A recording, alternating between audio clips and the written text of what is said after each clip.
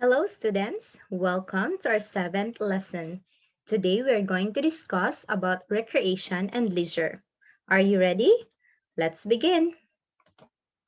At the end of this lesson, you should be able to define recreation and leisure, determine the varied views of recreation and leisure, describe the motivations for recreational participation, explain the factors which promote the growth of recreation, discuss the major types of organized recreation, explain the role of sports and tourism as a major recreation service components, differentiate theme parks, water parks, fun centers, and sports tourism, analyze the need for professional leadership in the recreation field, and discuss the challenges facing the recreation and leisure service field in the 21st century. So first, let us define what is recreation and leisure.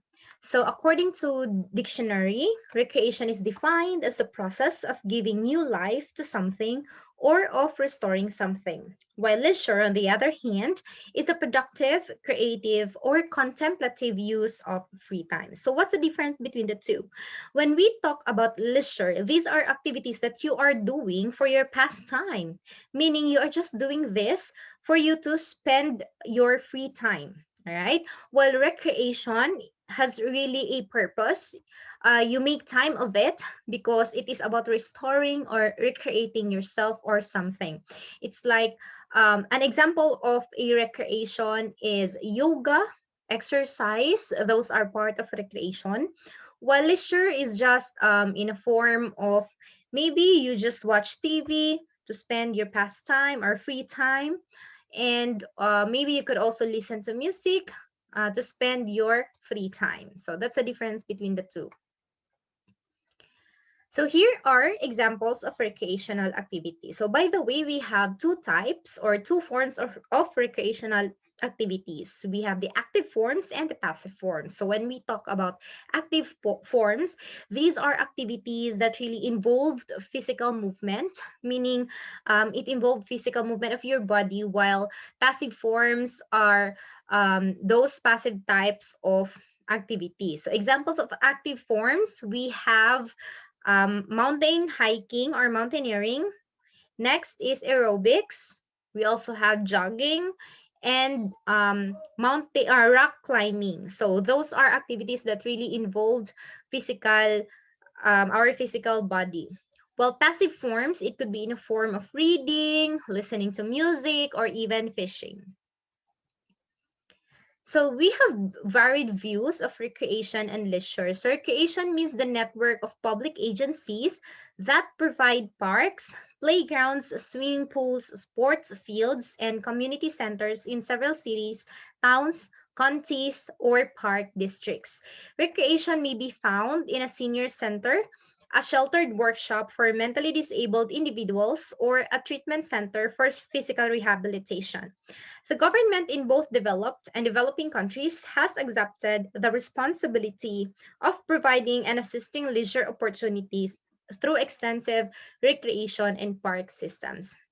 So there are different purposes why we are having recreational activities. Some are really important in a person's life. Example, for those who have mental, emotional, or social disabilities, their therapeutic recreation treatments form a very important part in their life for their um, cure, right? So even those who have undergone drug addiction, so they go to rehabilitation centers and then they are treated, no? So these are part of recreation. So when they go out, they could consider themselves as a new person. So for recreational participation, recreational actually includes an extremely broad range of leisure activities, including travel and tourism, cultural entertainment, participation in the arts, hobbies, membership in social clubs or interest groups, and nature-related activities. So anything that we could do, this could be part of recreational activities. So we have different motivations for recreational participation. So, a recreation is a form of relaxation and release from the pressures of work and other tensions. So, need to express creativity, expose hidden talents, or pursue excellence in various forms of personal expression. There are even some who will join classes like art classes for them to spend their life in putting up their talents and skills into artistic ways. So, active recreation offers a channel for releasing hostility and aggression. Recreation provides them the opportunity to make new friends or cooperate with other groups in group activities. So, recreational activities involve community service, leadership in fraternal or religious organizations, health and physical fitness, forms of elite culture, exploration of new environments through travel and tourism, or seeking self discovery or personality enrichment through continuing education or religious activity. So we have different factors promoting the growth of recreation. Number one is the increase in discretionary time. So nowadays, because of the development of new technologies, and it made our life easier, it made our works easier. So we have more time for pleasure. So we have increased our motivation to do recreational activities because we have more time to spend for them. Next is the influence of technology. So the new form of technologies nowadays have helped in the creating of new forms of recreational activities. An example of this is parachuting, um, new types of sports like the water sports activities. So the invention of those new technologies help in the creation of new form of recreation and leisure activities.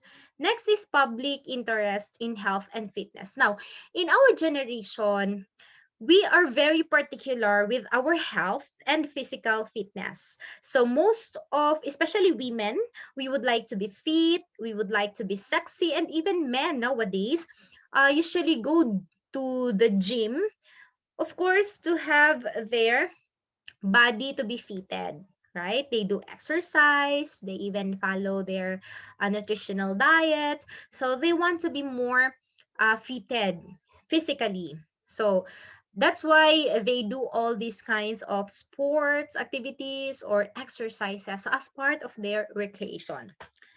Next is commodification of leisure. Now, since tourism is booming, no one development in the recreation industry is that we commercialize the activities. We put them into package, and then of course these are done to make profit for businessmen. Okay, so there are people who create packages in the gym for those who would like to be fitted. Some they create adventure activities like they go to the mountain for climbing or hiking. Some of them they even build artificial rock climbing facilities so that people could go rock climbing despite that they are inside the city. Next is therapeutic recreation service. So these are done to again cure the mental, emotional, or social disabilities of some people and even for rehabilitation purposes. And the last one is the new leisure roles for women. So nowadays, women would like to be more equal with men. We also want to do the things that they would like to do. Like if they could go to sports, and we also would want to go to sports. If they want to go climbing, we also would want to go climbing. So that somehow increased the growth of recreation. So we have also different types of organized recreation. Number one is the government recreation agency. So from the term itself, government, it involves government departments, agencies, even our LGU. So they have really this program for recreational activities, and even they also provide recreational facilities. Here in Tagum City, we have a recreational facility in the new city hall. I guess it's at the back part of the new city hall, and they also have this stand program for those who have been into drug addiction, and they are go undergoing drug, I mean, rehabilitation for recreational purposes. So these are part of government recreation agencies. And I have this colleague of mine. He is a Korean and he is a pastor, and they are the ones who handle the rehabilitation program of Tagum City LGU for former drug addicts. Next is voluntary nonprofit organizations. So these are NGOs. So the organization of that Korean is a non-profit organization. So they helped with the government's program in terms of drug rehabilitation. Next is private membership organization. So the purpose of this organization is, of course, to provide recreational services to their members, and in some cases, they also help with the recreational activities of the community. Another one is the commercial recreation enterprises. So for this one, this is more on a business type. All right. So they are doing recreational activities for business purposes and, of course, to gain profit. So example of these are gym facilities, because they are gaining profit from their customers. Next is armed forces recreation. So these are just almost the same with other types of recreation. It's just that it's unique with its setting and its purpose because it is found in the armed forces. Okay, usually in the police, in the army. So they have their recreational activities. They do exercises. They even have Bible sharing activities and many other types of recreation. And also we have campus recreation. In our school, we have intramurals activities, we have sports activities, and we have also dancing, music, singing, and other type of recreation. And now we are before the COVID-19, we also have our Zumba activities every, I guess it was every Friday, to encourage physical fitness to the students and the faculty.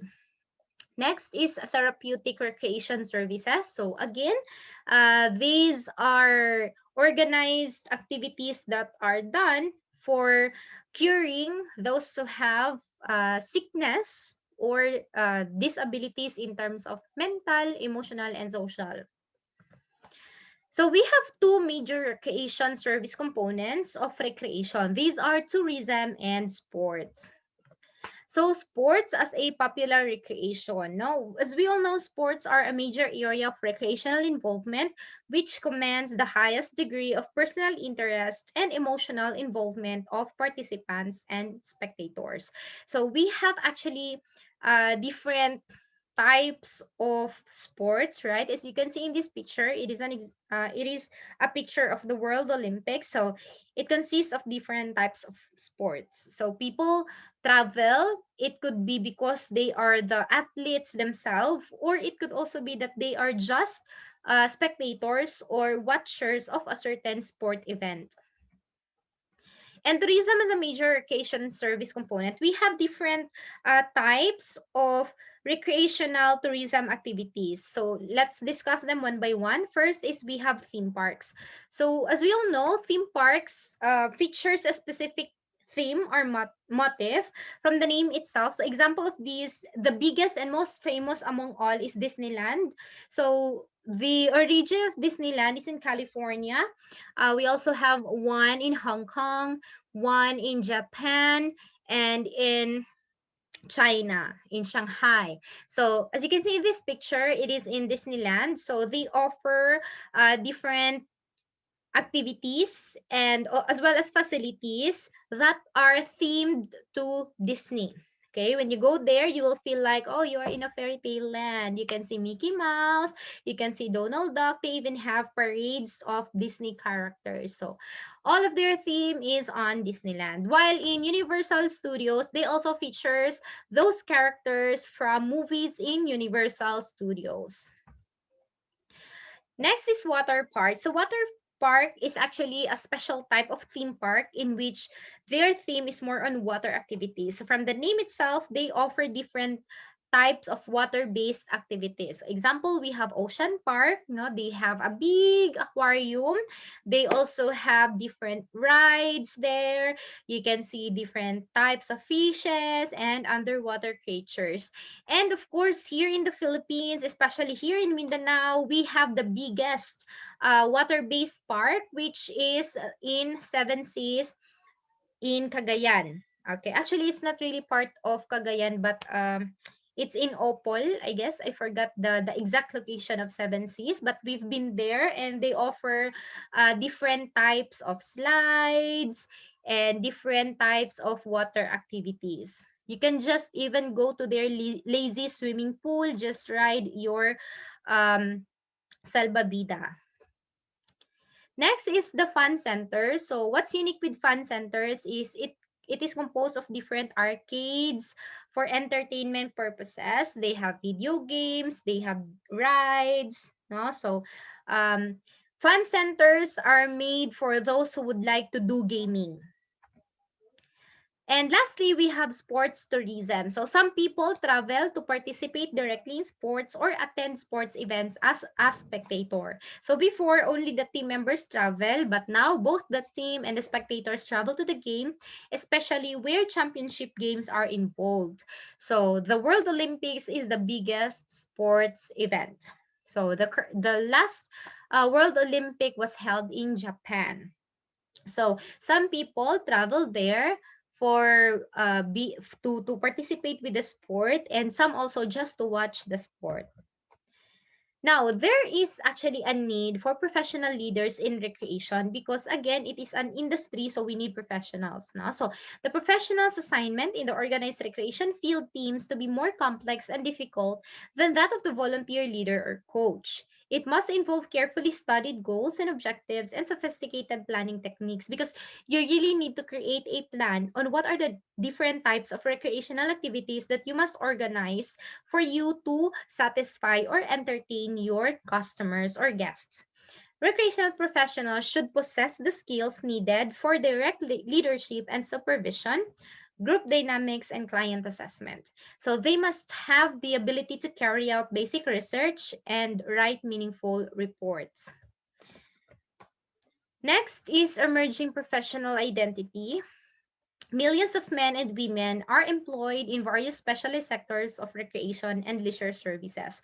Many hold professional level jobs as recreation leaders, supervisors, planners, managers, and resource specialists.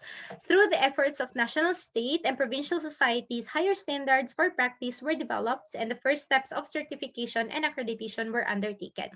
You know what? If you want to work in Disneyland, they really require a high qualification, guys. If you're gonna apply as an artist, like in singing or dancing, you really need to have at least 5 years experience in that field, plus you must have at least a certificate or a diploma. So before you enter the Disneyland, example, if you will be hired, you need to get first this specialized lesson before you can enter because Disneyland really is following a total quality management the approach wherein they really need to train all their staff because upon entering the entity, upon entering Disneyland, you can really see their staff that they are smiling, and upon entering in the entrance you will really feel that you are in a fairy tale land. That's what makes them very unique because they really train their staff on how to handle and provide quality customer service. So if you're gonna enter there, you will really feel that, oh, finally I'm in Disneyland. Oh, I can see different princesses, different prince, even Mickey Mouse, Donald Duck, and a lot of Disney characters. And when you enter their souvenir shops, they are really entertaining, right? So even those who act like a traffic aid, when we witness the parade, they have their staff who act like a traffic aid. So they will tell you, oh, stop, there will be a parade, so you need to be beside the road. So they will say like that.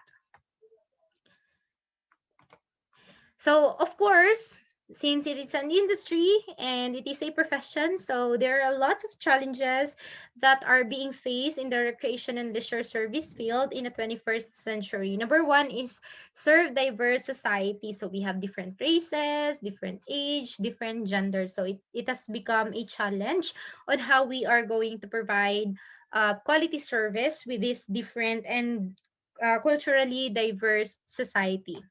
Next is emphasize key social purposes of recreation in working with at-risk youth, serving persons with disabilities, and promoting community development.